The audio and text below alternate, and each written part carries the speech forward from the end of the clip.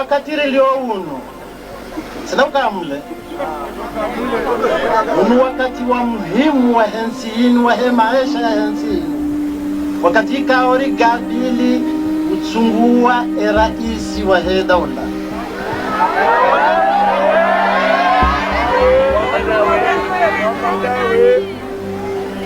basi dongo mbili nzima kajongo le daula ya nsi ya hati hawo garijong tusensi ya hati ritenzi ya huive mahala tsawe ya mbore imani amdomfasiriani shati leo. Dans les hauteurs du Hamahame, à Mbeni, naît un enfant promis à un destin singulier.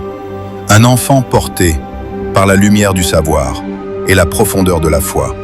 Très jeune, il est formé par les grands érudits de sa ville, héritiers de leur sagesse et de leur discipline intérieure. Guidé par une quête constante de connaissances modernes, il devient l'un des premiers ingénieurs de l'archipel, un symbole d'une étape décisive dans l'édification du Comore contemporain. Mais son histoire commence bien avant cela. Petit-fils du sultan Bwana Hadji bin Moussa, issu de la lignée royale Bawazir et lointain descendant des Abbassides par un ancêtre yéménite du Hadramout, Mohamed Taki Abdul Karim porte en lui l'héritage des souverains, des maîtres et des bâtisseurs. Formé à Madagascar, puis en France dans les années 60, il devient ingénieur des ponts et chaussées. Un métier de précision, de rigueur et de vision. Francophile, mais souverainiste profond, il défend avec force l'identité afro-arabo-islamique des Comores et leur émancipation politique, culturelle et morale. Son projet Rehemani, la société du bien-être, vise à bâtir une nation libre, digne, fière et développée. À son retour au pays, il devient la voix d'une génération nouvelle. Sa phrase « Tsassirija, nous voici arrivés » résonne comme une entrée en scène d'une élite instruite, prête à servir. Écarté du pouvoir central, il est envoyé à Anjouan comme directeur des travaux publics. Une punition politique. Mais sur le terrain, il transforme l'isolement en mission. Il trace des routes, relie des villages et façonne le paysage. Le bâtisseur prend toute sa dimension. Son ascension politique est rapide. Député de Hamahame, secrétaire général de l'UDC, puis ministre à plusieurs reprises entre 1970 et 1975. Mais le 3 août 1975, tout bascule.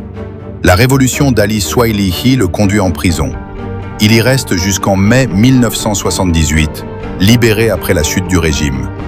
Il devient alors président de l'Assemblée fédérale, l'une des fonctions les plus respectées du pays. Mais en 1984, en désaccord avec la dérive autoritaire du régime, il rompt avec Ahmed Abdallah et s'exile en France.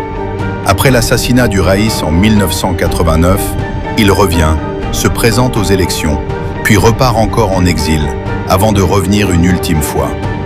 En 1992, il est nommé Premier ministre. En 1995, coprésident de la République. Le 25 mars 1996, Mohamed Taki Abdul Karim devient président de la République fédérale islamique des Comores. Sa vision repose sur 3 piliers, la paix, la sécurité et la discipline. Il impose une ligne morale inspirée de la foi, combat les dépenses ostentatoires et appelle à la responsabilité collective. Mais son mandat est marqué par des crises profondes, des pénuries interminables, des tensions politiques et la sécession d'Anjouan. Un pays fragmenté, un temps trop court et un homme seul face à l'histoire. Le 6 novembre 1998, après un long voyage, Mohamed Taki Abdul Karim meurt brusquement à Moroni.